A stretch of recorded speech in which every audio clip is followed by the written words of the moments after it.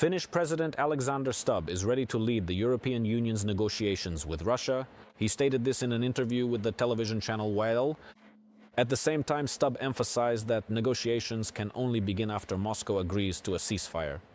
Meanwhile, Finland's largest newspaper, Helsingin Sanomat, writes that preparations for a potential dialogue with the Federation are already underway in Europe, and the President of Finland could play a key role in it.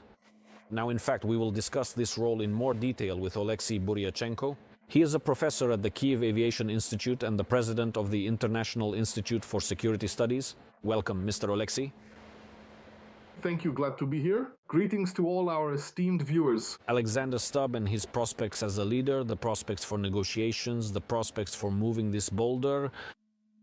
How would you assess the situation as of today, when the fighting is in an active phase, when it isn't stopping, when Moscow isn't, let's say, isn't hinting or signaling to everyone else that they are being reasonable? Well, let's start with Stubb first, and then talk in general about the prospects of this negotiation process between Europe and the Russian Federation. The figure of Stubb, well, undoubtedly appears to be Eurocentric because, well, again, we remember the history of relations between Finland and the former Soviet Union, and we are well aware of the meaning of the restrictions that were provided for by the policy of Finlandization. Therefore, with a high degree of probability, in Europe, let's put it this way, Stubb's figure inspires both trust and the understanding that in any negotiations representing Europe, Stubb will not allow what the Soviet Union once did to Finland to happen again. In other words, Europe's position will be defended as firmly as possible. And I am deeply convinced that Europeans also take into account that Stubb has a good relationship with the President of the United States, Donald Trump. Therefore, there exists a very real and distinct possibility that at a certain future point, these two separate and complex diplomatic negotiation tracks, the one between Europe and Russia, and the trilateral negotiations carefully moderated and facilitated by the United States after the eventual end of the Russian-Ukrainian war, could finally intersect. Consequently, the European position will be comprehensively represented, fully taken into account, and deeply embedded within the framework of any final peace agreements. But Stubb was absolutely right to point out, and this is reiterated in the European Union, that any configuration of relations between Europe and the Russian Federation, and accordingly the restoration of political dialogue, can only take place after at least a comprehensive ceasefire is achieved, that is, a stable cessation of hostilities in the Russian-Ukrainian war. This position, in principle, also aligns with the interests of the United States of America. But we know that neither Russia nor Putin himself is ready for such a comprehensive ceasefire. But what is Putin ready for? And we learned about this directly during his latest press conference, where he indeed expressed his readiness to restore relations with the Europeans. He devoted a lot of time and attention to this issue while speaking with journalists. But he is only willing to restore these relations strictly on his own terms. To put it in much simpler terms, right now, through tactics of psychological blackmail and aggressive intimidation, including the recent Oreshnik incident, he is trying to demonstrate to the Europeans that it would be far more economically and politically advantageous for them to enter into negotiations on the Kremlin's specific terms, than to continue, so to speak, facing the constant barrage of threats being directed at them by the leadership of the Russian Federation. So, to put it simply, according to Putin, direct negotiations with him should provide Europe with stability and guarantee that the Russian Federation will not attack. The European Union's foreign ministers will also discuss the proposal to increase international pressure on Russia later this week. This was stated by the head of European diplomacy, Kaja Kallas. She commented on the latest massive Russian attack on Kyiv and noted that the Kremlin has reached a dead end on the battlefield and is therefore terrorizing Ukraine with targeted strikes on city centers. Here's a quote. Reports that Moscow is using Oreshnik medium-range ballistic missiles, part of a system designed to carry nuclear warheads, are a political intimidation tactic and a reckless balancing act on the brink of nuclear war. Kaja Kallas, High Representative of the EU for Foreign Affairs and Security Policy. We have 1 minute left, Mr. Oleksii. Well, obviously this tactic isn't working. At least it seems to me that it isn't working on Ukraine. Maybe it's working on someone in the European Union. 1 minute. Absolutely, you are right. That should be noted right away. In fact, similar words were said by the President of the European Council, Costa, who noted that, well, obviously it's not because of great victories that the Russian Federation resorts to using missiles and shelling peaceful Ukrainian cities. By the way, this was also said by the President of Ukraine, Volodymyr Zelensky. But at the same time, to be honest, we expect not only the right words from the Europeans, but also the right actions. Because we can see that against the backdrop of statements by Ursula von der Leyen, Kala, and Kosti, for example, specific countries of the European Union, such as Germany and not only Germany, are offering Ukraine membership without membership, along with additional so-called benchmarks, that is, requirements for Ukraine. Moreover, just yesterday, this is fresh news, countries such as, again, Germany, Britain, France, and Italy, 5 major countries, blocked the initiative of Mark Rutte to allocate 0.2% of NATO countries' GDP for stable support of Ukraine, which was supposed to be decided soon at the upcoming NATO summit in Ankara. So, as you can see, the Western world, Western countries, and Western institutions are undoubtedly continuing to support Ukraine, understanding that the Russian Federation is weak and, out of its weakness, is trying to project such an aggressive policy. But in my opinion, now is precisely the time to unite our efforts and finally bring down the Putin regime. Thank you, Mr. Oleksii, for these explanations and for joining us on the air. Oleksii Buriachenko was with us live. He is a professor at the Kyiv Aviation Institute and the president of the International Institute for Security Studies. Russia is currently threatening to launch new systematic strikes on Kyiv in an effort to mask its own military failures during the summer offensive and the growing economic pressure within Russia, which is fueling Russians' dissatisfaction with Putin himself. This is according to analysts from the Institute for the Study of War. Also, according to their assessment, the Kremlin leader is trying to divert attention from the humiliation of having to ask Ukraine for permission to hold a military parade on May 9th. Another justification is revenge for the alleged strike by the armed forces of Ukraine on a college in occupied Starobilsk. At the same time, analysts say that Russia traditionally intensifies its strikes not only after setbacks, but also before important negotiations. We will talk about this and more coming up. We are now joined by Ivan Kirchevsky. He is a serviceman of the 413th Regiment of the Unmanned Systems Forces Reed and a weapons expert at Defense Express. Greetings to you. Good evening. Welcome, Mr. Ivan. Good evening. So let's start with the most important thing, which is the fundraiser, because donations is the least we can do in the rear for our defenders, both men and women. There is already a QR code on the screen as well as the card number. Please tell us, what are our viewers donating for today? The donations are for the needs of the anti-aircraft drone company, which is currently operating as part of the 413th SPS Reed Regiment. We are working, let's say, with some specific equipment that has proven its combat effectiveness, but which constantly needs to be upgraded in the field. And accordingly, let's say, all this equipment requires constant overhead costs, fuel, components for upgrades, electronics, and so on. You know, everything war is, unfortunately, such a machine whose needs are hard to predict. Accordingly, our fundraising is ongoing specifically for this unit without any clear limit because you understand, unfortunately, Russian Shaheeds don't run out. Combat operations against them are ongoing, and accordingly, we continue raising funds, specifically for this unit within our regiment.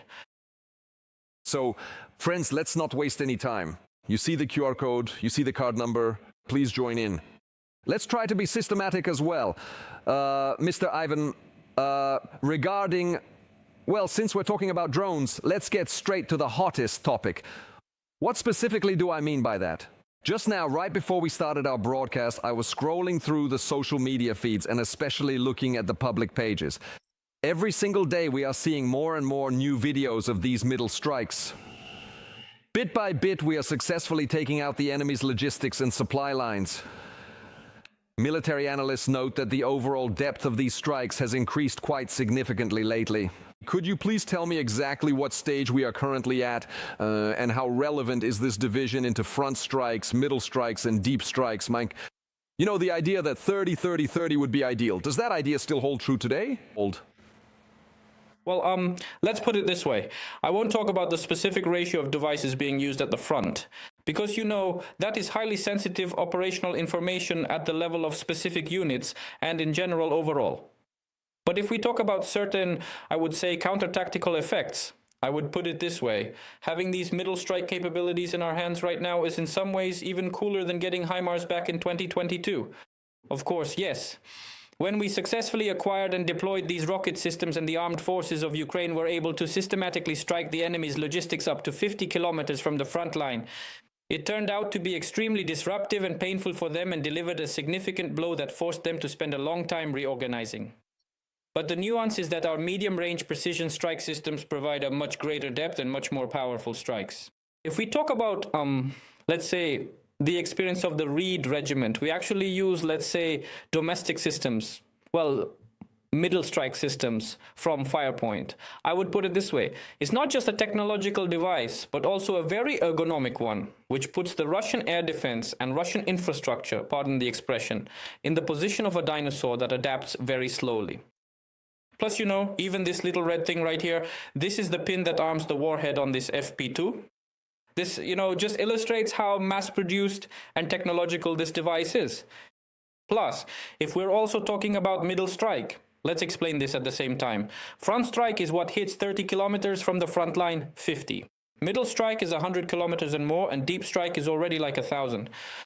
If we continue talking about middle strike, there are some very interesting episodes that happened in our regiment. Specifically, with one type of domestic middle strike drone, we managed to achieve a result where with a single strike and a single drone flight, we were able to destroy 2 book systems at once. To put it in relatively simple terms, what I'm getting at is that the very real and painful consequences that the Russians are now experiencing, due to the use of various middle strike drones by many different units, including our own regiment, is so extensive that they are unable to even begin to calculate it. Right now, they're just sitting there whining that their logistics are being hit somewhere along some route. Tomorrow, they'll be whining because, for example, Reed destroyed the ammunition depot of the 42nd Motorized Rifle Division. The day after tomorrow, they'll still be whining about some other strikes, including those from our regiment. All of this will only keep growing and intensifying. Accordingly, you know, it might just turn out that in just half a year, the situation on the battlefield will transform so dramatically that it's even hard for us to imagine. Well, if even now it's very difficult for the Russians to get close to the line of contact, what prospects for offensive actions can we even talk about in half a year? I mean, offensive actions on their part. Everything is changing right now, and in particular, we really need to talk about whether the Russians are managing to both stockpile weapons and develop something entirely new. And generally, to repeat what we've already mentioned, right now we're talking about the Oreshnik. And once again, we've seen the Oreshnik being used on Ukrainian territory. What does this indicate? Well, you know, unfortunately, in this case, it only indicates that they have the Oreshnik. Let me explain what I mean. We found ourselves in a certain specific trap that the Russians tried to set for us as part of their information warfare in 2023. They created the concept of the so-called operation to exhaust potential.